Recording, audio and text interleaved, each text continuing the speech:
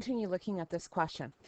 Okay, it looks different than the other ones because it only has two terms. So what we're missing here is we have an x squared term and an x term. So if the constant term is missing, you simply need to take out a common factor. You'll at least be able to take a variable out of each term, then see what makes each factor equal 0. Okay, so actually this is even actually easier when that term is missing.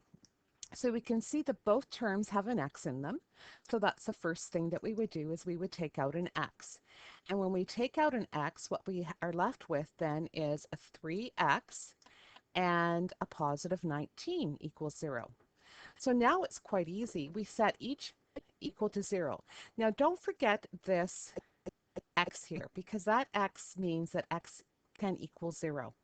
Okay, it's unlike these ones up here where you had 2 equals 0 because 2 doesn't equal 0 no matter what you do. Okay, but here x could equal 0. And then we would take out this next one. And when we do that, I think we'll take this one down here.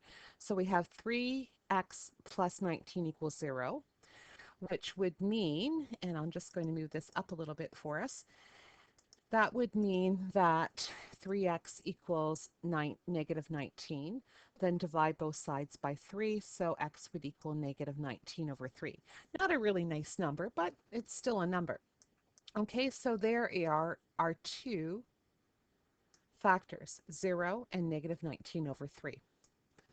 Okay, so if you have only two terms and you're solving, okay, in most cases if it's the c that you're missing, then you just have a common factor. Let's take a look at the next kind. Oh no. In this case, again, this is different because we have an x squared term, but we don't have an x term, so we're missing the b term. Okay, now in this case, what it means is it is a difference of squares. I want to see, is it a difference of squares? Because there is two terms separated by subtracting, but 5 isn't perfect and neither is 45. So I'm going to try to take out a common factor, okay, because it could be a difference of squares, but it's just disguised. So amazingly, 5 will go into both of those terms. So again, that's the first thing we're going to do is we're going to take out a 5. And when we take out a 5, we're left with an x squared minus 9. Now, is x squared minus 9 a perfect square? Difference of squares. Well, yes it is. It's x plus 3, x minus 3. So again, we keep our 5 there. Okay, now, like the last one, each thing has to equal 0. X equals 0, 5 equals 0, not going to happen. It's impossible. But x plus 3 equals 0, so that means that x could equal negative 3 or positive 3. Now, mathematicians are kind of lazy in some respects, so when I have both a positive and negative, I can do that. It's showing me that there's two numbers. One number is a positive 3, one number is a negative 3. So it just makes it a little bit easier. Now, what happens if it's not a difference of squares after you factor this? Because that's possible as well. Another way that you could solve this question is if we take, so we're going to put or, we could take our 5x squared minus 45 equals 0. Okay. Now, because we don't have an x term, we could actually add 45 to both sides. So we would end up with 5x squared equals 45. And then I could divide both sides by 5, and I would have x squared equals 9. And now when I take the square root, x would equal the positive or negative 3. Okay, because when you take a square root of a number, it could be the positive or the negative value. Okay, so two different ways to solve that. Right? Especially in this method, the second method definitely works if it isn't a difference of squares. Let's look at the next type of question. Okay, so it says create a quadratic equation that has roots negative 7 and 10. Okay, so in other words, create a quadratic equation that has zeros negative 7 and 10.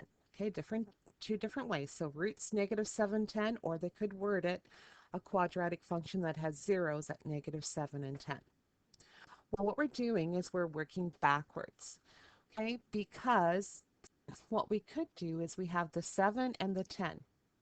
Now notice these are opposite signs because when I solve this, I know that's a negative 7.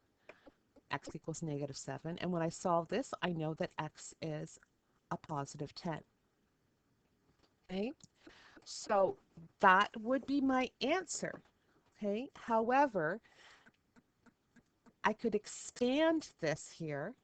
And if I expand it, what I would end up with is x times x, so an x squared, a negative 10x and a positive 7x, so a negative 3x, and a negative 70 equals 0.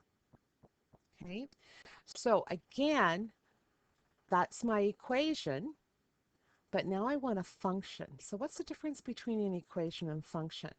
When equation equals 0, a function means that instead of that 0, I'm going to replace it with a y. Okay, so they're both the same thing. Or remember with function notation that we did from our first unit, instead of y, we could have f at x equals x squared minus 3x minus 70. Okay, so they asked for a quadratic equation, so that's why it equals 0. Quadratic function, either f at x or y, where the 0 was. Okay, so some questions for you to work on, quite a few there. Okay, and remember the next that you're going to have is a review for your upcoming test. Have some fun.